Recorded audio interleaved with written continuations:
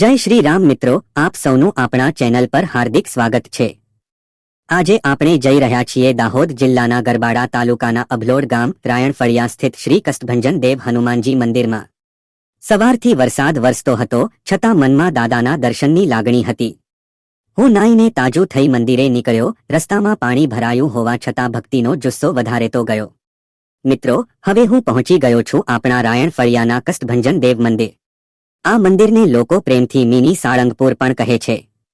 અહીં હનુમાન દાદાની ખૂબ જ પ્રભાવશાળી મૂર્તિ છે, જેને જોતાં જ મનમાં અદ્ભુત શાંતિ અને ભરોસો ઉત્પન્ન થાય છે।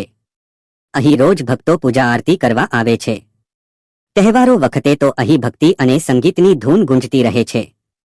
શ્રી રામદૂત ભજન મંડળના સુંદર ભજનો ગામને ભક્તિમય બનાવી દે છે। હું જ્યારે પણ અહીં આવું છું, એક વાત ચોક્કસ અનુભવું છું। દાદાના દર્શન કર્યા પછી મનમાં કષ્ટોનો ડર જતો રહે છે અને નવી શક્તિ મળે છે।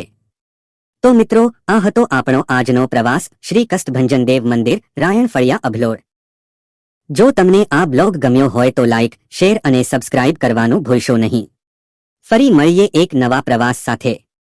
જય શ્રી કષ્ટભંજન દેવ।